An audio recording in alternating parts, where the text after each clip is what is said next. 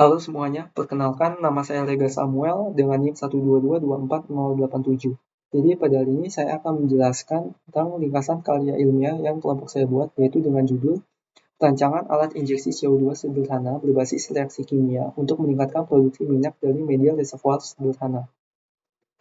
Berikut ada daftar isinya. Yang pertama ada pendahuluan, yang kedua ada tinjauan pustaka, yang ketiga ada hasil dan pembahasan, dan yang keempat ada penutup.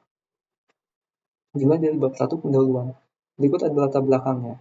Jadi, Indonesia menghadapi tantangan yang semakin mendesak akan pengoptimalan produksi minyak bumi dengan seiringnya peningkatan permintaan energi di era modern ini. Sedangkan, Indonesia terus mengalami penurunan produksi minyak bumi sejak tahun 1997. Jadi, diperlukan adanya metode yang dapat memaksimalkan produksi minyak. Terdapat metode yang dapat digunakan yaitu EOR atau Enhanced Oil Recovery. Salah satu metode EOR yang bisa digunakan adalah penginjeksian CO2. Apabila metode penginjeksian CO2 diterapkan di seluruh lapangan minyak, hal ini tidak hanya dapat meningkatkan perolehan minyak saja, melainkan dapat berkontribusi untuk menurunkan CO2. Metode ini bekerja melalui reaksi kimia menghasilkan CO2, dan CO2 ini akan diinjeksikan ke dalam reservoir untuk mengembangkan volume minyak dan mengurangi viskositas. Dengan mengurangi viskositas ini, mobilitas hidrokarbon akan menjadi lebih baik sehingga memudahkan saat pengekstrasian minyak. Selain itu, penginjeksian CO2 juga dapat meningkatkan tekanan sehingga dapat memberikan hasil yang optimal pada perolehan minyak. Penelitian ini memberikan dampak yang signifikan karena mendapat dua nilai utama. Yang pertama, efisiensi proses produksi, dan yang kedua, berkontribusi terhadap metode EOR yang ramah lingkungan. Dengan adanya pemahaman yang mendalam terkait mekanisme reaksi kimia yang berlangsung, riset ini akan menjadi solusi yang inovatif untuk meningkatkan perolehan minyak di suatu reservoir buatan secara signifikan. Kemudian terdapat rumusan masalah. Yang pertama, mengapa metode injeksi CO2 dapat meningkatkan produksi minyak dari reservoir? Yang kedua, bagaimana efektivitas injeksi CO2 hasil reaksi kimia antara CaCO3 dan HCl dalam meningkatkan produksi fluida pada model reservoir buatan? Yang ketiga, mengapa penggunaan metode injeksi CO2 secara in situ melalui reaksi kimia dianggap lebih efisien dan fleksibel dalam eksperimen CO2 EOR? Kemudian ada tujuan penelitian. Yang pertama, menjelaskan mekanisme peningkatan produksi minyak dari reservoir melalui metode injeksi karbon dioksida atau CO2. Yang kedua, menganalisis efektivitas CO2 hasil reaksi kimia antara kalsium karbonat atau CaCO3 dan asam klorida atau HCl dalam meningkatkan produksi fluida pada model reservoir buatan. Yang ketiga, menganalisis efisiensi dan fleksibilitas metode injeksi CO2 secara in situ melalui reaksi kimia. Masuk ke dalam bab 2 tinjauan pustaka. Di sini ada konsep Enhanced Oil Recovery atau EOR.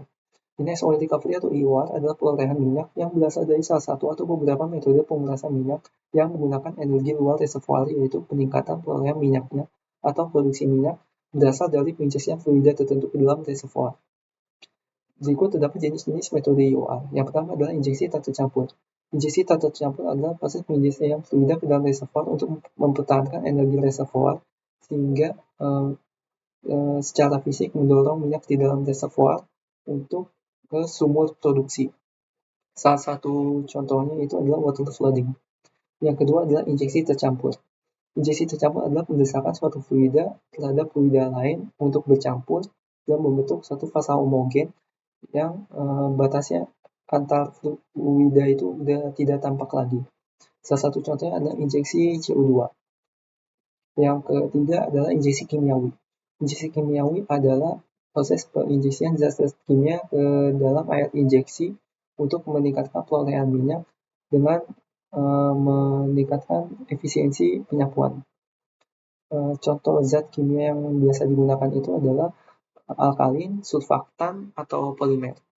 Yang keempat itu adalah injeksi panas atau thermal injection. Injeksi panas adalah proses penginjeksian fluida dengan temperatur tinggi ke dalam reservoir yang ditujukan untuk mengurangi viskositas. Yang kelima adalah Microbial Enhanced Oil Recovery atau MEOR. Microbial Enhanced Oil Recovery atau MEOR adalah peningkatan perolehan minyak tahap lanjut dengan menginjeksikan mikroba ke dalam reservoir. Selanjutnya ada mekanisme injeksi CO2.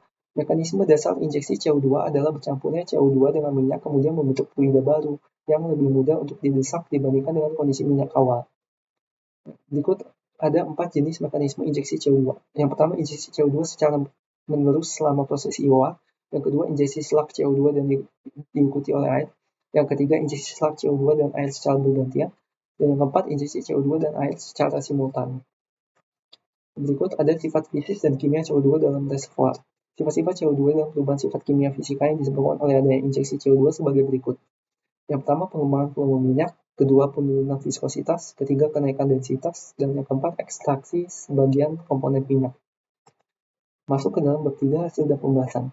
Berikut ada deskripsi simulasi eksperimen. Jadi secara umum media reservoir yang digunakan pada penelitian ini berupa wadah transparan atau seperti akuarium kecil yang diisi dengan campuran batu dan air untuk merepresentasikan kondisi batuan berpori yang mengandung fluida seperti pada reservoir minyak bumi. Sistem ini dihubungkan dengan pompa angguk mini yang berfungsi untuk menarik fluida dari dalam media tersebut dan menyalurkannya keluar. Pompa ini bekerja dengan prinsip yang serupa dengan pompa angguk yang digunakan di lapangan migas. Jadi, dapat dua skenario pada eksperimen ini. Skenario yang pertama itu adalah eksperimen tanpa injeksi CO2. Eksperimen ini berlangsung selama 2 menit. Jadi, eksperimen ini bertujuan untuk mengetahui volume yang dihasilkan tanpa adanya bantuan dari luar, hanya mengandalkan pompa angguk saja. Skenario yang kedua itu adalah eksperimen dengan menggunakan injeksi CO2. Eksperimen juga berlangsung selama 2 menit. Eksperimen ini dilakukan dengan bantuan tekanan gas CO2 yang dihasilkan dari reaksi kimia CaCO3 dengan HCl. Yang reaksi kimia itu adalah CaCO3 ditambah 2HCl menjadi CaCl2 ditambah CO2 ditambah H2O. Berikut adalah hasil eksperimen tanpa injeksi CO2. Berdasarkan data yang kami peroleh, volume fluida yang berhasil diproduksi tanpa tambahan injeksi CO2 pada eksperimen ini selama 2 menit adalah sebesar 9 ml dari total fluida awal yang ada di dalam media reservoir, yakni sekitar 1000 ml, dengan menggunakan rumus efisiensi produksi sebagai berikut. Selanjutnya ada hasil eksperimen dengan injeksi CO2. Perubahan yang terjadi terasa cukup signifikan. Volume fluida yang berhasil diproduksi meningkat menjadi 10 ml selama 2 menit juga. Jika dibandingkan dengan volume awal 1000 ml, maka efisiensi produksinya menjadi 1%. Berikut ada analisis pembanding hasil produksi. Jadi, saat eksperimen yang dilakukan dengan tanpa injeksi CO2, volume yang diproduksi itu adalah 9 ml dengan efisiensi 0,9%. Sedangkan eksperimen yang dilakukan dengan injeksi CO2, volume diproduksi itu menjadi 10 ml dengan efisiensi 1% dan kenaikan produksi sebesar 11%. Berikut ada tantangan implementasi dan implikasi penginjeksian CO2 di lapangan. Yang pertama itu sulitnya mengendalikan pergerakan CO2 di dalam reservoir. Yang kedua, dapat menimbulkan kolusi pada pipa dan peralatan produksi. Yang ketiga, biaya yang tidak sedikit. Yang keempat, ada infrastruktur seperti jaringan pipa untuk CO2 yang masih terbatas. Masuk ke dalam bab 4 penutup. Ini kesimpulannya. Berdasarkan eksperimen simulasi injeksi CO2 menunjukkan peningkatan efisiensi produksi fluida dari 21,5% yang tanpa injeksi CO2 menjadi 22,5% dengan injeksi CO2. Injeksi CO2 membuktikan bahwa dengan memberikan tekanan terjadi tambahan yang signifikan di dalam media reservoir. Eksperimen ini tidak hanya menghasilkan data kuantitatif, tetapi juga memberikan pemahaman visual dan praktis tentang perilaku fluida di dalam reservoir ketika diberi tekanan CO2.